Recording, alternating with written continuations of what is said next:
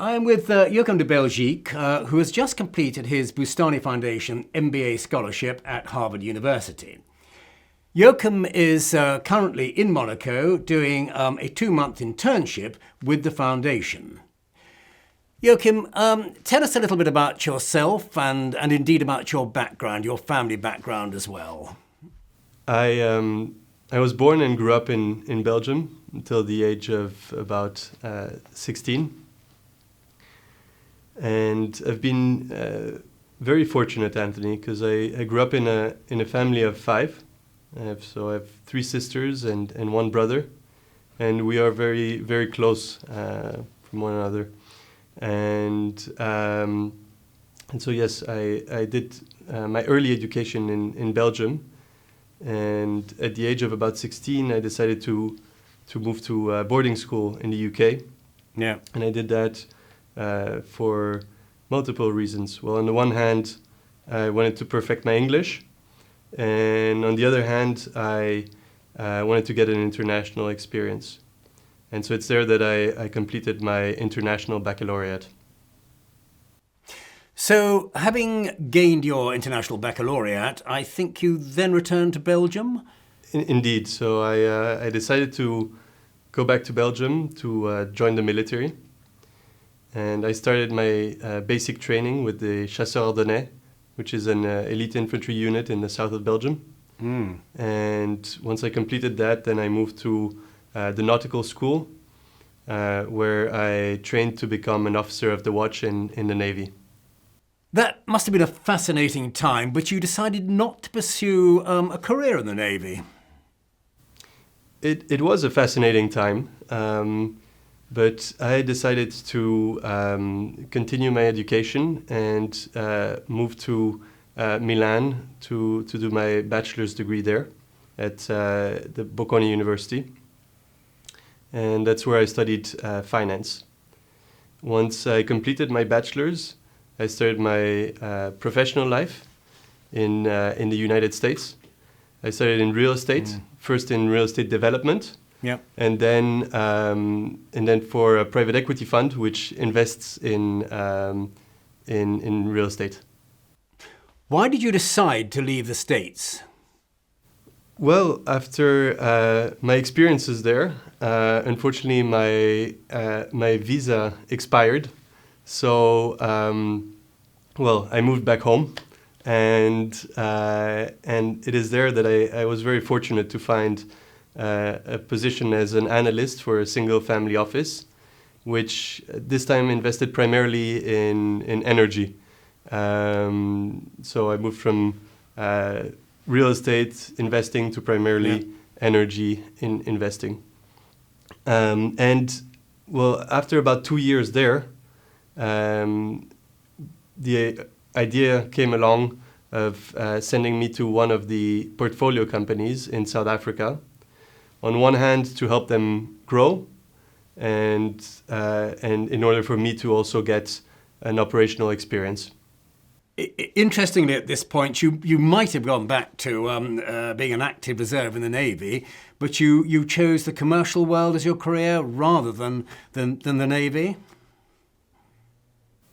Indeed, Anthony. So as I said, I had a tremendous experience and during my year of service, and I decided to whilst I moved back to Belgium, to continue that and join the active reserve.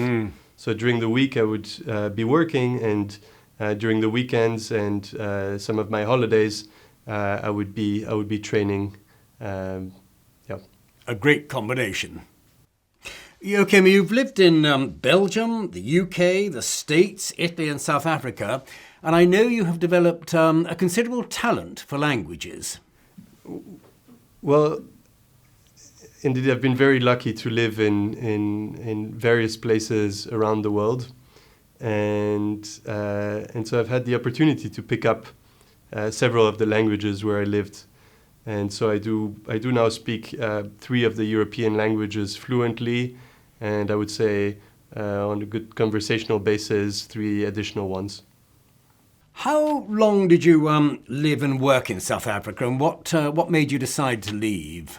Well, I worked in South Africa for close to 2 years, and at which point I decided to leave to do my MBA to increase my career opportunities. So I joined the Harvard Business School in Boston, and I've been very fortunate, Anthony, because I've been able to count on the support and encouragement of the Boustany Foundation Scholarship. We can perhaps talk about the Boustany Foundation Scholarship in 1 minute, but I think that brings us very nearly up to date. At which point I understand you embarked on a fascinating trip into the heart of Africa. Indeed. So the company I was working for, New Southern Energy, had two streams of businesses. On the one side, you had grid-tied systems, which are big rooftop spaces on which we placed solar panels. And on the other side, we had microgrids, which are, well, by the very nature of it, prone to be in places where you don't have a grid, hence remote places. And through my work there, I was led to travel through these very remote places.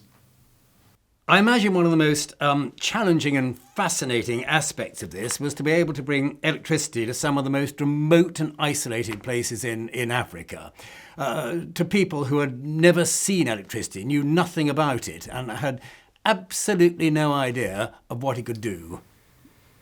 It was very fascinating, and actually, I think two projects I worked on jump to mind.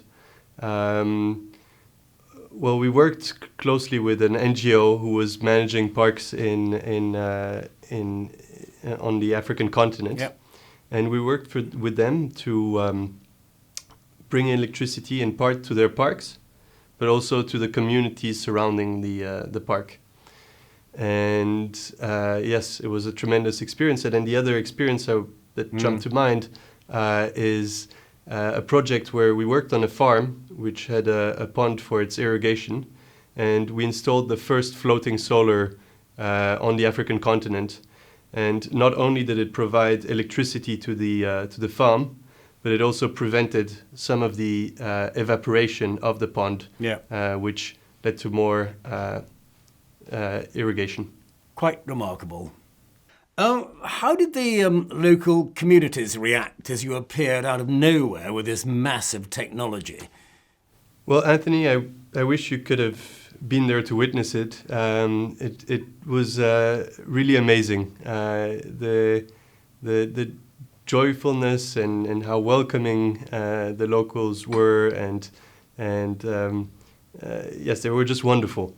And yeah, despite the hardships that they were facing on a daily basis. So yeah, I was very proud of the work I was doing and what I was part of.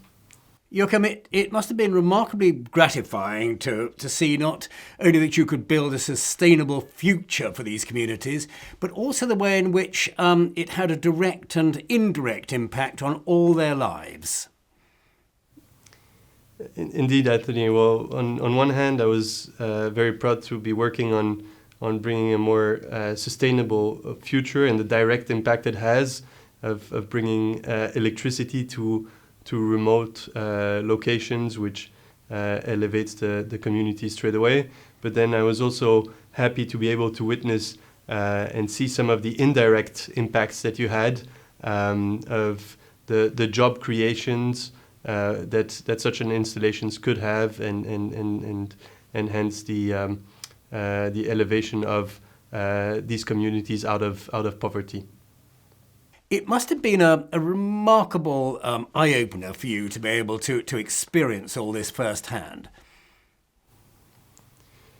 It was, and although those were primarily a business trip, I was very grateful to get this chance to witness the local communities, the work we were doing, and the positive impact it was having on them.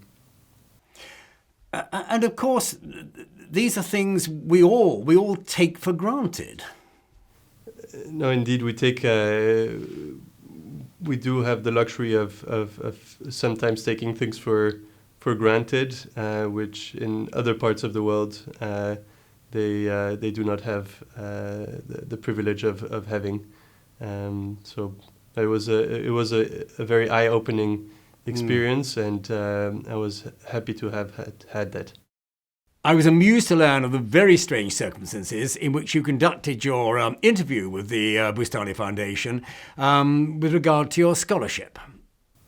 It's funny you mentioned that, because I actually have a very particular memory of one of the interviews where I found myself in very remote Tanzania, close to Lake Tanganyika.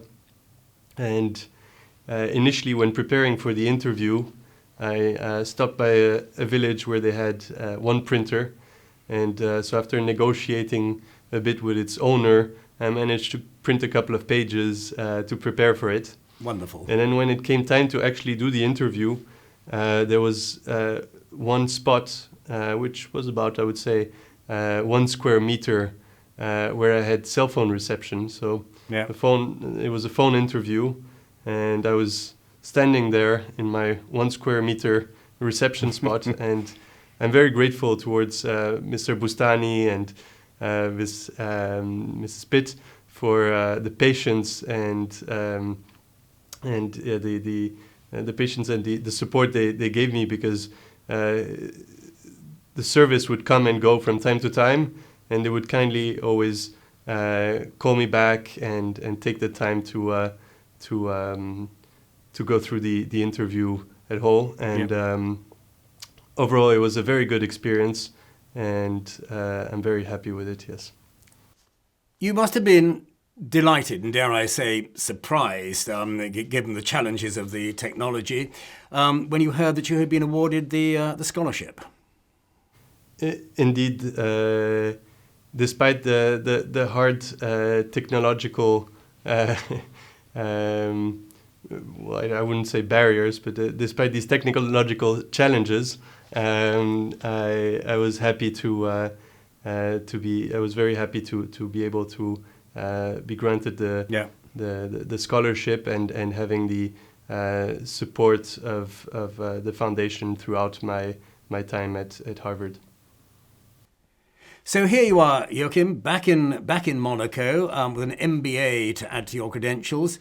What are your life and career plans from here on? My life plans. I think my life plans are to be an active member of society and try to contribute to it in a positive way. I think that professionally, that would probably mean initially going back to the financial sector, and who knows, maybe one day have my own company. Thank you, Joachim. It's been a pleasure and very interesting to talk to you. Likewise, Anthony. It's been a real pleasure meeting you, and thank you so much for your time.